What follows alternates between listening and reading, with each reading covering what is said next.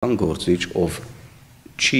վախենում ասել ճշմարտությունները լրացնելու համար։ Միայն դա է եղել իր նպատակը, դա իմ համար ակնհայտ է, եւ ես ուզում եմ ասել, որ իմ նման սուր եւ կոպիտ ուրեմն արձագանքը եւ որակումը եւ առաջարկը ի պատասխան է եղել ոչ թե մեկ հայտարարության, մեկ բառի եւ մեկ առաջարկի, այլ 3-4 տարիների ընթացքում իմ անձի եւ իմ ընտանիքի թիրախավորմանը։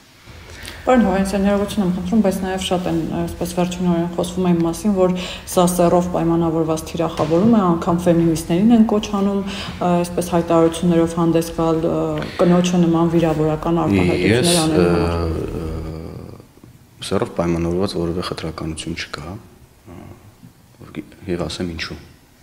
Մենք քաղաքական գործիչներ ենք եւ քաղաքականության մեջ, պատգամավորների մեջ, այսպես ասած, սեռային տարբերություններով պայմանավորված մենք տարբեր լիազորություններ չունենք։ Մենք նույն լիազորությունները, նույն պարտականություններ ունենք Հայաստանի Հանրապետության Սահմանադրությամբ եւ ազգային ժողովի կանոնակարգ օրենքով։ Եթե խոսքը գնում է կնոջը թիրախավորելու մասին, ապա ես այստեղ բացարձակապես